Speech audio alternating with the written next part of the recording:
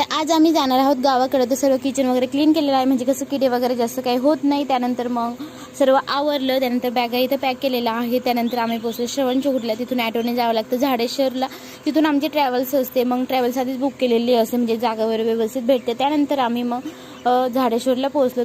त्यानंतर आमची ट्रॅव्हल्स आली, मस्त छान असा प्रवास झाला. तर त्यानंतर आम्ही पोहोचलो नाशिकला.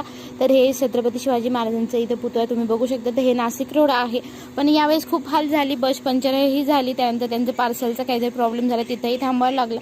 त्यात आम्ही 8:30ला शिर्डीमध्ये पोहोचलो. तर त्यानंतर आम्ही पोहोचलो सहावीरला उतरलो, कारण तिथं पप्पा घ्यायला येणार होतं. की एवढं ऊन होतं, त्यामुळे थोडंसं थंड म्हणून ज्यूस घेतलं. त्यानंतर पप्पा फायनली आले आणि आम्ही पोहोचलो 12 वाजता. तर म्हणजे एवढं लेट झालं, रात्री आम्ही 11 वाजता बसलेलो, तर सकाळी 12 वाजता पोहोचलो. त्यानंतर मग तिथंच दुकानमध्ये मला बाळांसाठी ड्रेस घ्यायचे होते. म्हटलं कोपरगावला कधी जाणार, म्हणजे तेही काम होऊन जाईल. त्यानंतर फायनली आम्हाला घरी यायला वाजले 2. तर एवढा मोठा आमचा प्रवास झालेला आहे आणि खूप थकून जातं, खूप बोरही होतं.